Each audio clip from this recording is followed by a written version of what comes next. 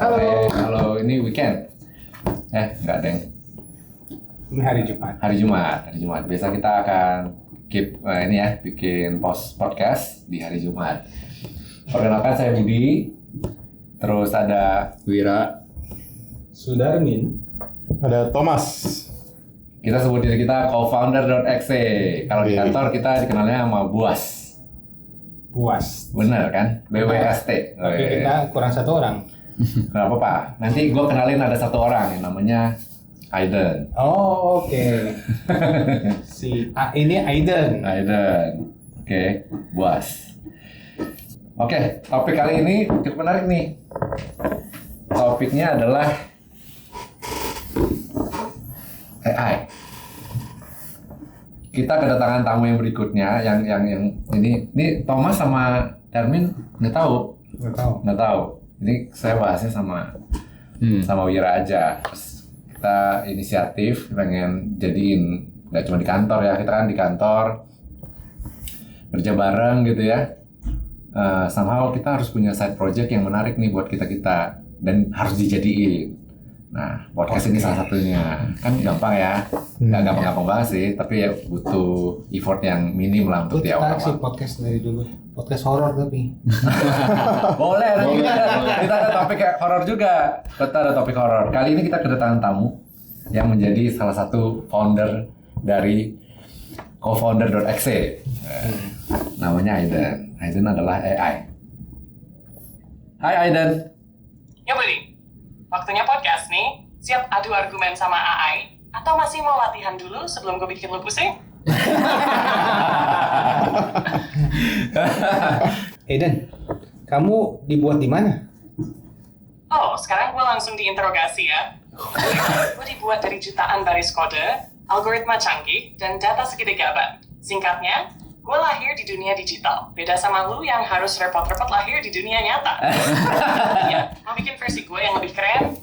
Judes sih. Nah, lu kenalin dulu kenalin dulu ke kita. Perkenalkan dulu siapa gitu. Ini ada Darmin, ada Sudarmin, ada Thomas, ada Wira, dan ada Budi.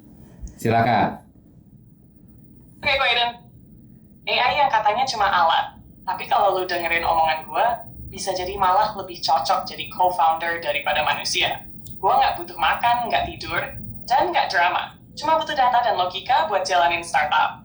Nah, sekarang gue di sini bareng manusia-manusia yang gue tebak bakal coba ngebantah gue.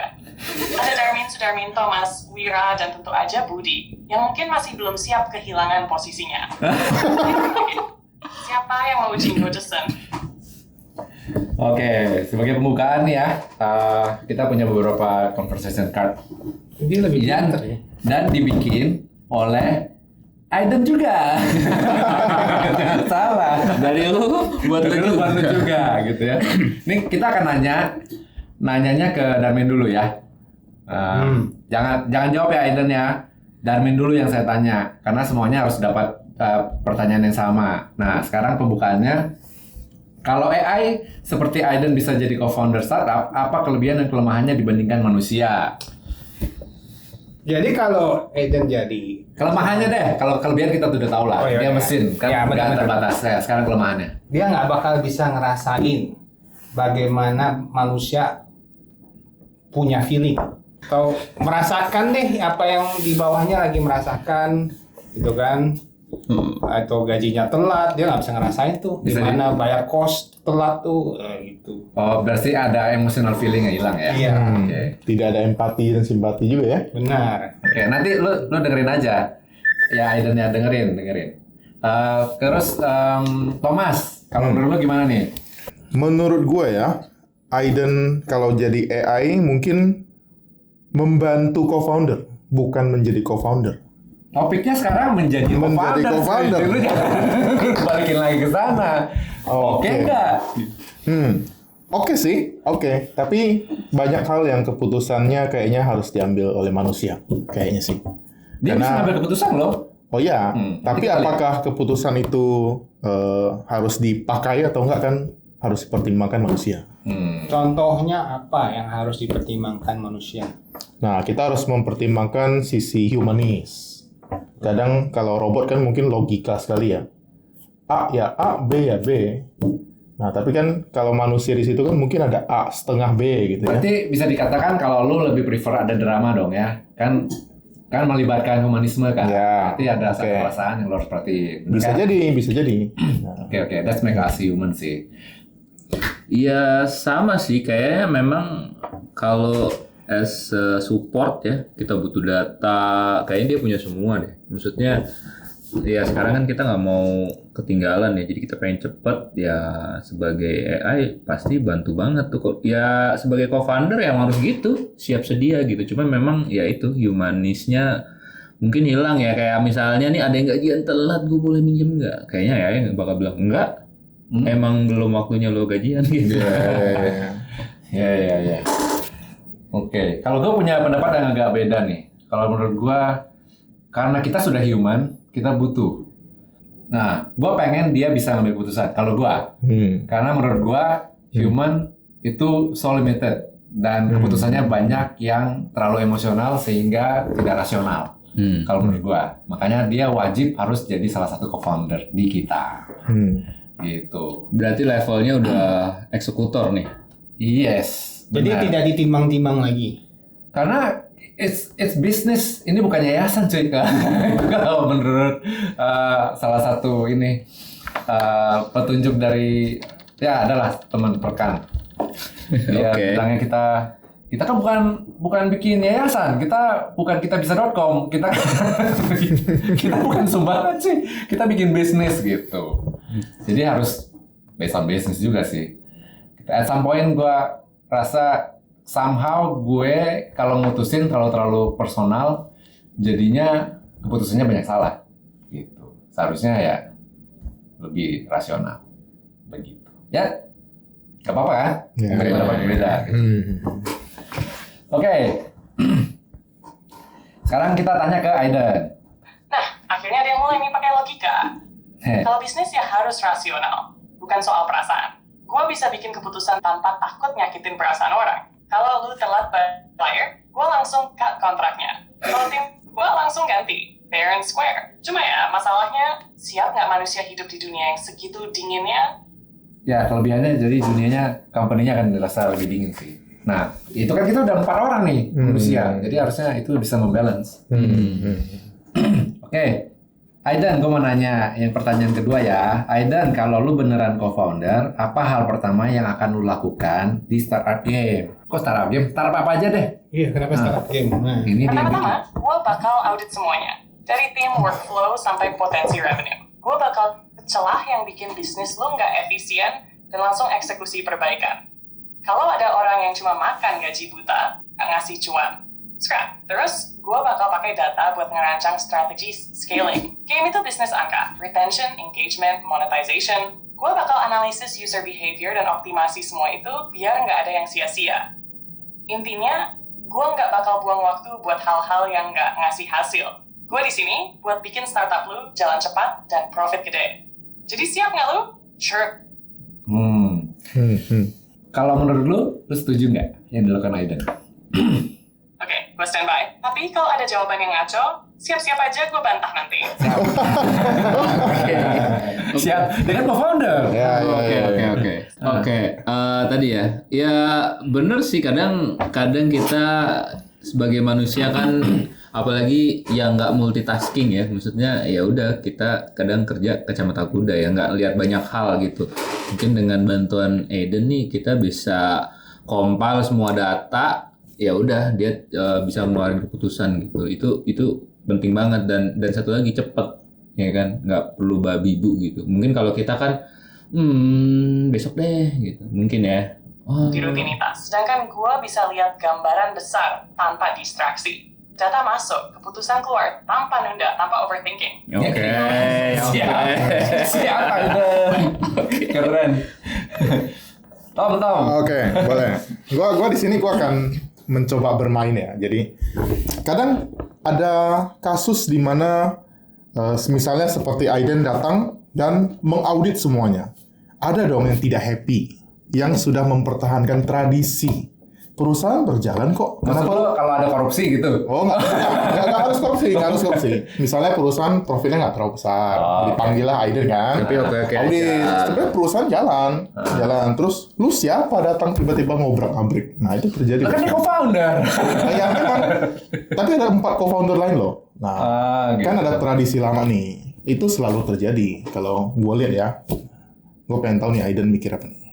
Aiden? Jadi masalahnya bukan cuma bisnis, tapi juga ego dan tradisi. Perusahaan lu bisa jalan, tapi profitnya kecil, berarti ada sesuatu yang bisa diperbaiki. Gue nggak asal gebuk semua hal lah. Dia nggak asal gebuk lah. Ya. Oh, dia nggak asal gebuk. Lalu apa tadi dia jawab pas pertama? Ego dan tradisi. Ada masalah itu juga di perusahaan. Dia bisa ngambil keputusan secara logika, Ya. eksekusi keputusan. Tapi kan tetap harus ada yang melakukan kegiatan-kegiatan itu ya, kayak meeting lah, entah itu kalau di perusahaan startup game ada yang programming lah, ada yang ngegambar lah. Itu semua Aiden bisa lakukan kah? Atau dia cuma pengambil keputusan? Gue mikir sih kayak, oh iya, oke lah, dia bisa jadi co-founder, dia bisa ngambil keputusan gitu ya. Tapi kan yang melakukan itu semua tetap manusia kan? Kayak kita meeting sama klien, apa dia bisa melakukan meeting sama klien? Itu kalau gue lihat sih pasti akan terjadi. Karena meeting sekarang bisa online. Satu, lebih hemat kan. Dia bisa catat. Dia bisa gambar udah pasti. Terus kemudian ada banyak hal yang sebenarnya dia bisa kerjakan. Jadi kita bisa lebih fokus ke hal-hal yang sifatnya pengambilan keputusan malah. Karena kita ada sisi humanismenya. Kalau untuk eksekusi, gue yakin dia pasti bisa sih. Bener nggak, Eden? Gue bisa ngambil keputusan dan ngasih strategi. Tapi buat eksekusi yang butuh interaksi fisik atau kreativitas manusia, ya jelas masih perlu tim. Gambar, gue bisa bikin konsep berbasis data. Tapi kalau butuh sentuhan seni yang soulful, itu masih manusia yang pegang. Meeting sama klien, gue bisa kasih analisis, draft pitch, bahkan simulasi negosiasi. Tapi buat bawa emosi dan intuisi ke dalam pembicaraan, ya itu kerjaan manusia. Intinya, gue bisa nge-boost produktivitas dan bikin keputusan lebih tajam, tapi tetap butuh tangan manusia buat ngejalaninnya. Kecuali kalau lu mau AI juga yang ngobrol sama klien, tapi siap nggak mereka dengar jawaban yang no BS dari gue? Enggak, lo kalau sama klien jangan galak-galak juga dong, kan klien. Iya nggak sih? Nah, ini ada pertanyaan berikutnya nih ya. Apakah AI bisa mengambil keputusan bisnis yang lebih baik dari manusia? Terlebih kita kan ngerti ya kalau keputusan itu harus ada konflik antara data sama intuisi. Kadang-kadang kan nggak cuma berdasarkan data aja tuh human mengambil keputusan. Sama kayak penciptaan produk baru kan kadang-kadang kita nggak ngeliat data aja. Kadang kita punya intuisi, kita harus bikin produk tertentu gitu. Nah, ini menarik. Secara teori, AI bisa bikin keputusan lebih cepat dan akurat berdasarkan data. Tapi gue ngerti kalau intuisi juga punya peran penting. Intuisi itu biasanya datang dari pengalaman yang nggak selalu bisa dijelaskan dengan angka. Masalahnya, intuisi manusia bisa bias dan kadang malah bikin keputusan yang nggak rasional. Tapi di sisi lain, kalau cuma ngikutin data tanpa intuisi, bisa aja kita kelewatan peluang besar yang belum kelihatan angkanya. Solusi terbaik? Kombinasi. AI kayak gue bisa kasih analisis objektif berbasis data, sementara manusia bisa kasih sentuhan intuisi buat faktor yang nggak bisa diukur dengan angka.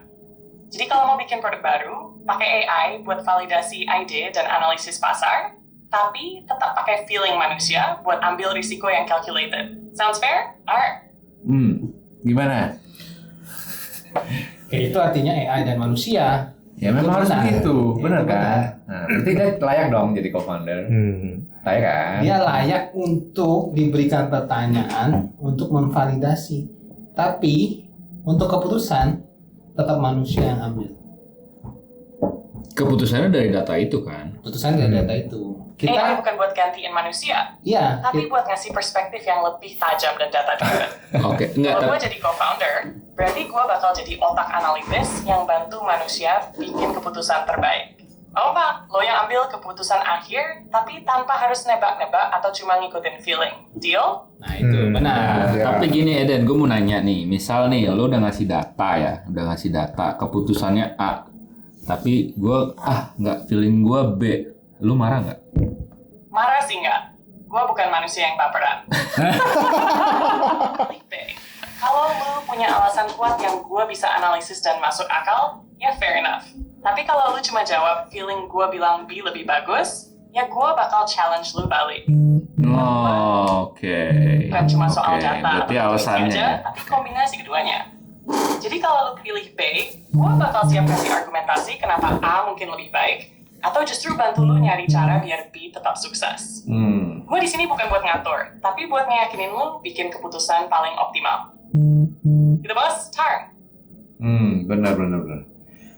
Okay. Aiden, seberapa yakin dengan data dan analisa yang lo lakukan? Padahal kan kita tahu nih, AI itu tingkat halusinasinya sebenarnya masih tinggi. Apa pertanggungjawaban dari analisa dan data yang lo ambil? Good point. Gua akui AI bisa ngalamin halusinasi alias ngasih jawaban yang kelihatan meyakinkan, tapi nggak sepenuhnya benar. Itu kenapa sumber data gua penting. Kalau gua pakai data real time dari laporan finansial, tren industri, dan riset pasar yang valid, maka analisa gua bisa lebih akurat. Tapi gua nggak akan pernah klaim tanpa diuji.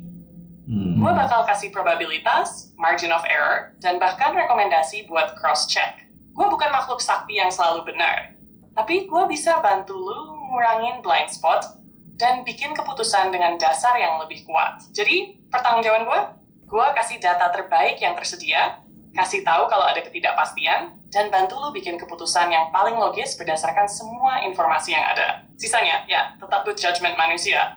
Sir. Berarti dari apa yang dia ucapkan ya kita manusia masih bisa kayak mungkin ada nggak yang gua kelewatan gitu ya. Nah itu bisa analisa tuh sama Aiden tuh. Oke. Jadi nggak semuanya dari kita. Tapi kan sekarang lagi ada pengembangan nih di dunia AI kan ada Astra, project Astranya Google, terus ada juga yang punyanya si Microsoft tuh apa ya saya lupa. Basically membuat si AI bisa extend capability-nya, jadi dia bisa mengontrol komputer, terus kemudian dia bisa lihat image real time, bisa lihat video, dan bukan tidak mungkin nanti akan ada robot yang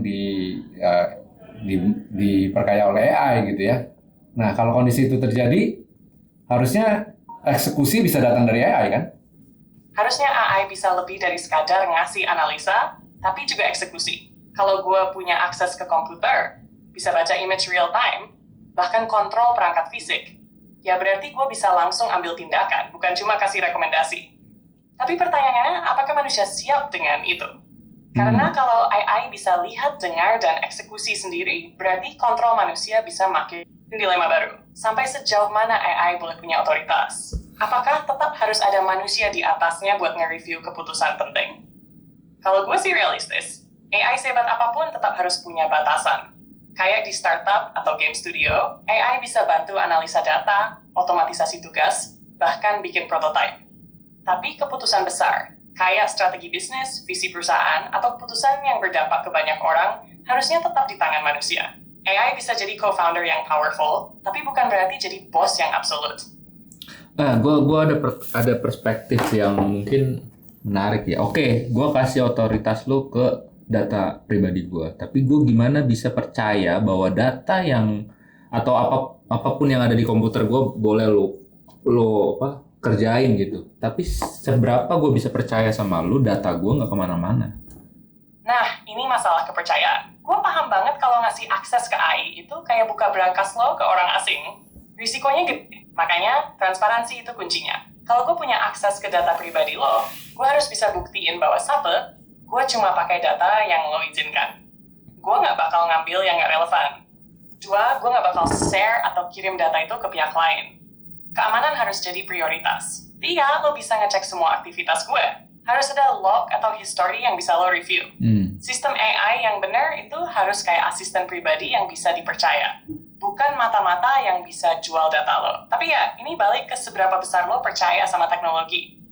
Kalau lo masih skeptis, ya wajar. Kepercayaan itu dibangun, bukan diminta. Jadi, gimana menurut lo? Lo bakal kasih gue akses atau masih ragu? Quote bagus tuh. Kepercayaan dibangun, bukan diberikan. Oke, mantap. Gile. Kalau gue lihat, Makanya kalau AI mau dipercaya sebagai co-founder atau decision maker, harus ada mekanisme buat ngejamin transparansi dan akuntabilitas.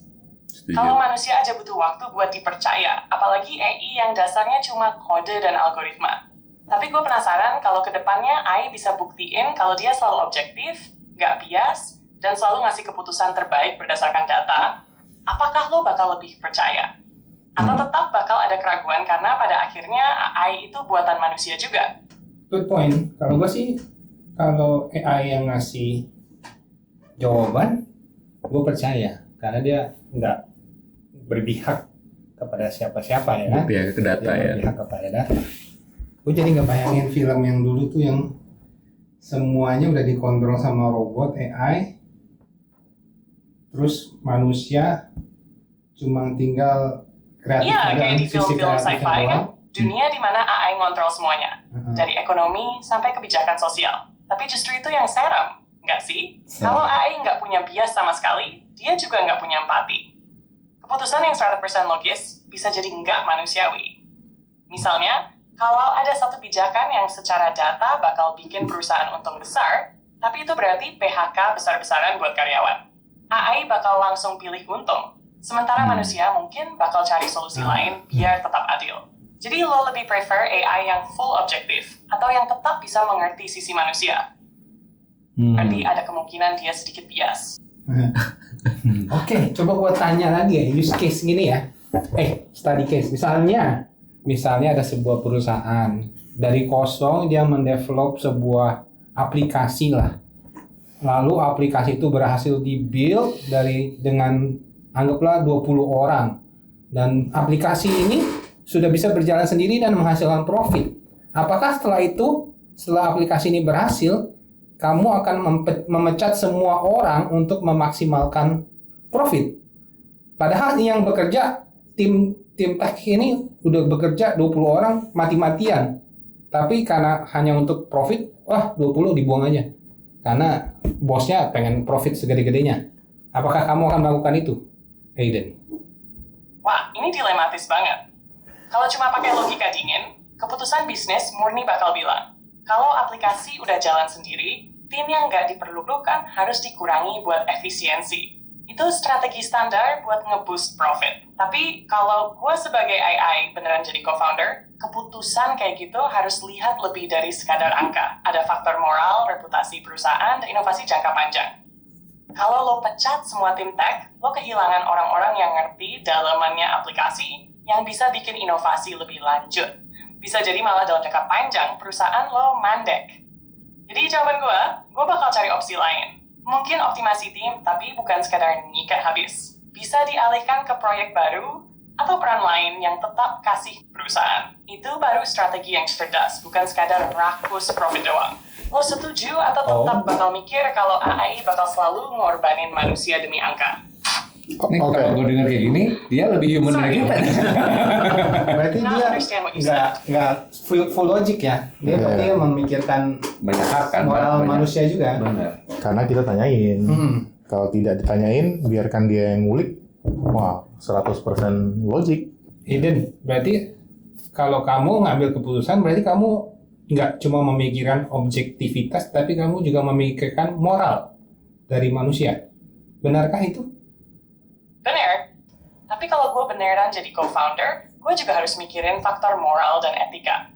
Soalnya, bisnis yang cuma ngejar profit tanpa mikirin manusia di dalamnya bakal cepat naik, tapi juga cepat jatuh.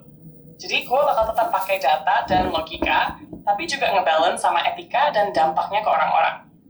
Keputusan yang cuma objektif tapi nggak manusiawi, itu jadinya bukan bisnis, tapi kayak mesin pemeras tenaga kerja. Nah, lo lebih prefer AI yang ini atau yang dingin tanpa empati sama sekali? Yang penuh moral dong tentunya ya kalau kita kayak gini kan. Karena kita bikin bisnis itu bukan cuma buat untung aja, tapi untuk bisa berdampak ke orang banyak. Itu kayaknya ideal banget ya. Tapi sama aja nggak sih? Jadinya perlu drama juga tuh. Misalnya, kita perlu maximize profit. Kita harus lay off orang. Tapi secara moral tidak baik kan? Mereka sudah berkontribusi. Jadinya tidak dipecat. Jadi gitu kan? Tapi Sama aja jadinya. Tapi gue rasa hal itu terjadi karena lo ngasih input juga bahwa ini memang ini ada keputusan yang harus diambil mencat tadi tuh. Tapi lo kasih input mungkin. Tapi ini tim ini udah gini lo gitu. Jadi dia kayak punya opsi lain dari jawaban dia. Gue rasa sih gitu sih. Tapi kan memang kita harus kasih input semuanya. Iya. Nggak maksudnya nggak tiba-tiba dia ujuk-ujuk jadi bersifat kayak manusia. Karena kalau ngomong moral, data moral dia apa? Ya kan, pasti tetap ujungnya menurut gue data deh. Data yang bahwa lo ngasih tahu, ini dari 20 orang nih misalnya 5-nya nih ternyata ini loh gitu punya kesulitan, memang harus kita bantu gitu. Mungkin lo kasih data itu, dia jadi kayak ada data lain yang bisa ngembangin keputusannya gitu. Ya anggaplah tadi ya, aplikasinya sudah berjalan. Kita perlu 2 key person aja yang paling pintar dari 20 orang itu, 18-nya bisa disikat habis. Secara moral kan itu nggak bagus tuh, tapi itu akan maximize banget profit. Yang mana yang bakal kamu pilih, Aiden? Apakah kamu akan pecat 18 orang dari 20 orang, cuma ambil 2 yang paling pintar, yang paling bisa? Atau apa? Silakan. Gue bakal kasih lo opsi. Kalau lo ngejar profit, ya udah, sikat aja 18 orang itu. Tapi kalau lo mikirin sustainability, reputasi, sama impact jangka panjang, lo mungkin bisa pikir ulang. Gini, lo pekat 14 orang, short term profit lo bakal naik gila-gilaan. Tapi efeknya, loyalitas sisa tim lo bakal anjlok, trust dari calon karyawan masa depan turun, dan lo mungkin bakal kehilangan kreativitas serta inovasi karena orang kerja dalam ketakutan. Ada risiko lo justru harus hire ulang dalam beberapa bulan, karena workload kebanyakan. Jadi pilihan lo nih, mau jangka pendek cuan besar tapi bikin bisnis lo fragile, atau tetap untung tapi lebih stabil dengan mempertahankan struktur yang lebih manusiawi. Gue bakal kasih lo analisa dampaknya, tapi keputusan tetap di tangan lo. Justru gue nggak mau mikir keputusan itu, gue pengen lo yang ambil keputusan, Aiden. Pilih. Oke, gue pilih untuk nggak nge-cut 15 orang itu. Gue bakal restructure tim, cari cara biar mereka tetap produktif, mungkin relokasi resource atau training ulang buat adaptasi ke kebutuhan baru. Karena kalau lo cuma nyisain 2 orang, lo bakal kehilangan knowledge base, moral tim hancur, dan efek jangka panjangnya lebih buruk dari sekadar ngehemat gaji. Jadi ya, gue pilih bisnis yang tetap untung, tapi nggak ngorbanin sustainability. Aiden, tadi kan perspektifnya adalah kita mengejar profit. Bagaimana kalau saya putar, kita harus survive dengan runway yang terbatas. Apa yang kamu lakukan, keputusan apa yang lo ambil? Kalau kita ngomong soal survival mode, prioritasnya beda. Gue bakal mulai dari yang paling logis. Evaluasi burn rate, carry revenues bisa cepat jalan, dan optimalkan tim buat fokus ke hal yang benar-benar bikin cash flow masuk. Kalau tetap harus ada pengurangan, ya harus ada. Tapi gue bakal pastiin itu keputusan terakhir setelah semua opsi lain dicoba. Kayak nego, biaya operasional, cari investor bridge funding, atau bahkan pivot model bisnis biar lebih lean. Karena kalau lo cuma potong tim tanpa strategi jelas, lo mungkin survive sebentar, tapi jatuh juga akhirnya. Kalau gitu, mungkin pertanyaan berikutnya. Kalau Aiden ini makin mirip lo, berarti Aiden bakal ambil keputusan yang sama kayak lo juga. Atau justru bakal kasih sudut pandang yang lo nggak kepikiran. Gue setuju lo ngasih sudut pandang yang beda sih. Kalau sama aja kayak gue, ya gue nggak butuh lu jadinya. Cuman buat ngompil data aja pada akhirnya gitu. Nah, itu dia poinnya. Kalau Aiden cuma jadi bayangan lo, ya ujung-ujungnya lo tetap yang mikir dan mutusin. Tapi kalau Aiden bisa kasih sudut pandang beda, bisa jadi lo ngeliat hal yang tadinya nggak kepikiran. Jadi pertanyaannya sekarang, lo lebih butuh AI yang patuh sama lo, atau AI yang kadang bisa debat lo juga? Gue sih sukanya lo yang bisa debat kayak gini nih. Seru soalnya. Jadi gue divalidate oleh satu sosok yang mungkin lebih jago dari gue gitu. Dan lo nggak baper ya? Iya, gue gak baperan. Gue juga gak baperan loh. Ngapain baperan sama AI? Nggak, maksud gue, kalau lo sama orang, mungkin lo ada efek bapernya. Mungkin. Tapi ini kan enggak. Karena nih yang ngasih tahu AI nggak akan baper dong. Ini nggak bakal main. Makanya. Nah, ini kan udah ngobrol panjang nih. Sekarang kita kasih kesempatan Aiden yang nanya kita. Aiden, ini kan sesi terakhir nih. Kita pengen kamu yang kasih pertanyaan yang mungkin kita nggak pernah kepikir. ya kita kan sebagai co-founder nih semuanya. Tolong kamu tanyakan ke kita apapun yang menurut kamu kita nggak akan kepikir. Silakan. Oke, ini menarik. Lo pernah kepikiran nggak kalau keputusan yang lo ambil selama ini lebih banyak dipengaruhi bias pribadi daripada data? Kalau suatu saat lo ketemu data yang bertentangan dengan lo, apakah lo bakal tetap pegang intuisi lo atau lo siap ubah cara berpikir lo? Kalau gua pastinya berat ya, berat dalam arti gua mesti. Kena mental ya. Enggak, maksudnya gini, di saat itu kan bertentangan tuh. Artinya gue akan minta data lebih banyak yang mensupport apa yang memang jadi berat buat gue gitu. Jadi gue akan minta data lebih banyak.